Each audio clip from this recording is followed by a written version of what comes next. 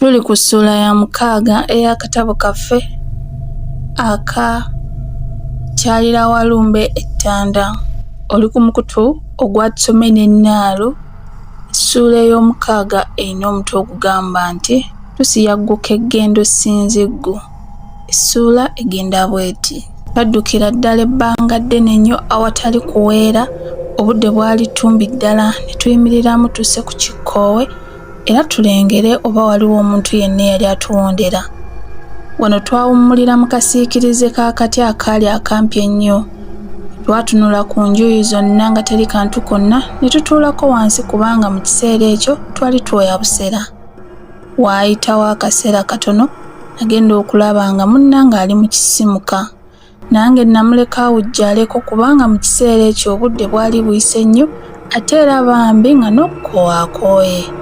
Ye nno munnange olwasuulawo olubanga ennyindo tezitandika kuyira. Nze nasigala awo nga mukuuma butiribiri era nga buli kiseera mmaguka okutunula buli gye nawuliranga enswagiro. Nagenda okuwulira ng'enkoko embereberye zikookolima. Awo najjamu okutya ne ndowooza nti obudde bwe butukeerera okumpi n'ekigo kya Lukuusi, abajaasi be bayinza okutugombamu obwala ne bagizza gye kitalira ntungo. Mu kinywambogo nange amaaso nno gaali gatandise okunkambagga. Bwe natunula nti ku ludda lwe twali tuvaako ne nnengera akalira akatono akaali kamunyeenya. Awo nalowooza nti abasajja ba Lukuusi be bajja batuwondera. Amangu ago nagolokosa munnange eyali akyayira. Twalaba tetubasobole nga tusituka nga tuta. Kyokka era nga akaliro tukyakalengera. Naye obunyonyi buba butandika okukaaba akaliro ne kabula, olwo tetwaddayo kukakubako kimunye. Mu kitundu ekyo mwe twali tutuuse mwali temuli kayumba konna wadde akabonero konna akalaga nti tuyinza okusangayo akaala akalimu abantu mu maaso. Mu kiseera kino buli omu yali ku lulwe. Munnange ye ng'atambuza lyanyi nnyini nga gy'obeera nti tannaba na kutambulako. Owange yali muwala wa mbavu, nze nno munnoowo ng'enswera nsigadde kugigobya lulimi.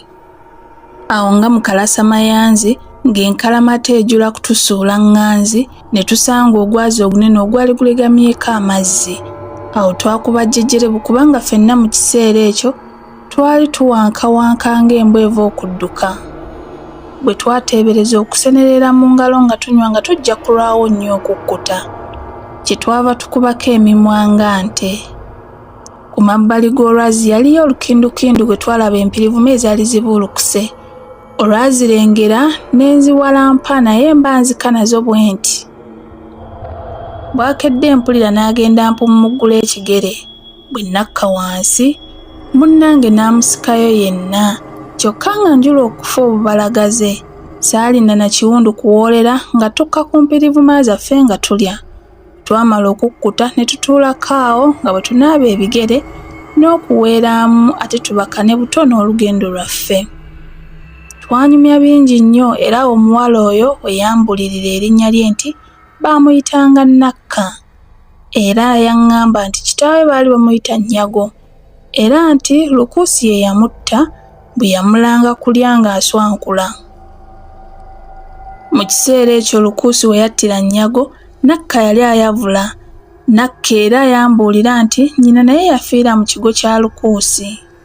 Tugenda okwejjuukiriza ng'obudde bukuniridde ddala. Anti emboozi gye twalimu yali yeebuziba nga teyinza na kutuganya kulaba budde nga bwe bwali bugenda. Olwayimuka awo ate nga tubaka na butono lugendo lwaffe. Mu kiseera ekyo twali tumala gatambula tutyo. Naye nno enjuba eba egwa bw'eti ne tulyoka tutuuka ku ddungu gaggadde. Nakka yaŋŋamba nti nno ogulungu ogwo gwali mu nsi gye bayita Magombe. Bunno naye yawuliranga abantu abajjanga mu kigo kya Lukuusi abaavanga Ettanda nga bagunyumyako ebintu bingi nnyo eby'entiisa era ebyakabi. Temwali kamera konna okuggyako ebyaziyazi n'omusenyu. Wano akalabiriza bazaana kaali kaaka bulungi ddala era nga n'omusenyu gwonna gumyuse. Ekyeggulo twali tetumanyi gye tugenda kukijja newankubadde ng'enjala yali tennatandika kutuluma. Nze ndowooza nali neeraliikirira nnyo okusinga munnange kubanga ebigambo bikwata ku lubuto nze saabizannyisanga. bwe saasuulangamu kantu nga njula kufa bufe. Twateesa ne munnange tuleme okwesolossa mu bulungu ogwo ng'obudde buzibye. Amangu ago twalaba awali akatuumu k'omusenyu ne tusiisiira awo. Nze nno kyazira kukakkana wansi nga ntandika kufuluuta. Munnange yasigala awo nga nkuuma.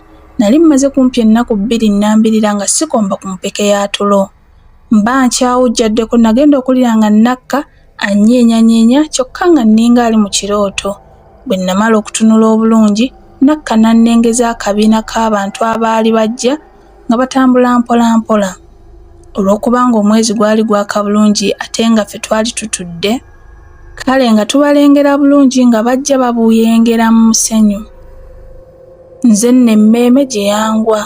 Awo eky'okukola kyambula ate nga ye Nakka alabika ng'atidde nnyo.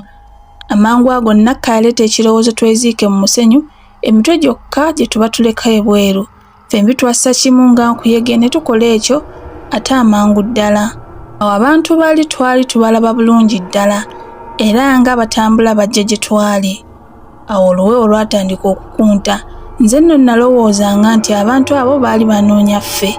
Era mu kiseera ekyo kyenkakasa nti nno munnange yawuliranga omutima gwange bwe gukuba, yagezaako nnyo okuŋŋumya naye ng'ateganira busa.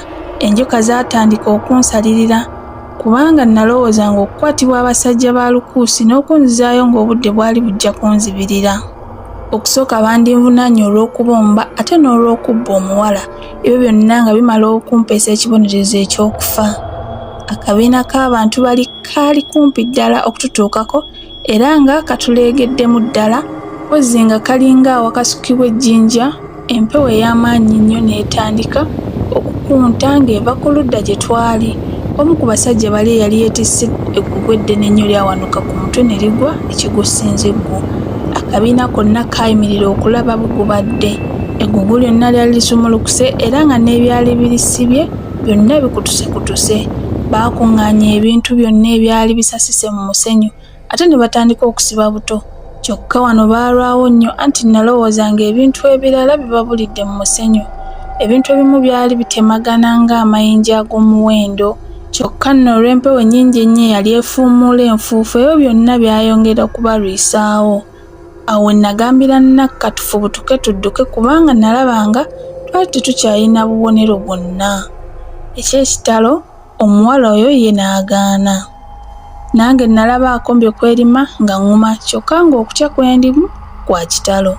Abasajja olwamala okukwanya ebyabwe, olwo abaali batambula nga batuleegereddemu, twagenda okulaba nga bawugukamu katono.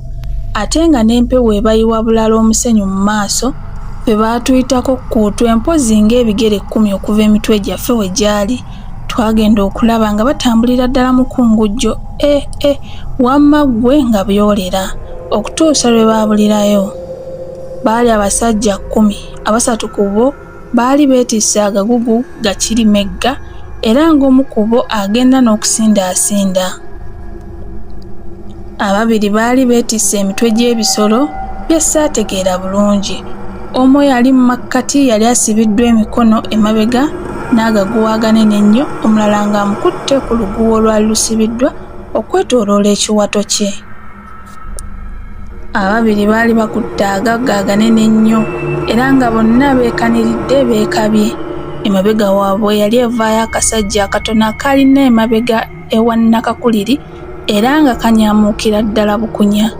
Abantu abo ab'entiisa bwe bamala okuggwerayo era nga n'emyoyo gimaze okutudda mu nteeko, ne tuteesa era ne tumalirira okusulira ddala awo okutuusa enkeera. Obudde kyazira kumuzuulamu buti nga tutandika nno kwepekecya anti nga koonooweeka. Olwo nno ng'enjala eruma ffe tutunuza bitulenge. Twali tetukyasobola kudda nnyuma gye twali tulese empirivuma nga tulowooza nti si kulwa nga tusanga abasajja bali ne batumiza omukka omusu. Kale ne tumala geewaayo ne tutambula tutyo nga tuli bayala era abayonta. Kyokka twasuubira nti eddungu tujja kulimalako mangu tutuuke we tunaalya ku mmere. Twali tusuubira okulimalako ku lunaku olwo lwennyini. Essula ey'omukaaga awo wekomye, weebale kuwuliriza.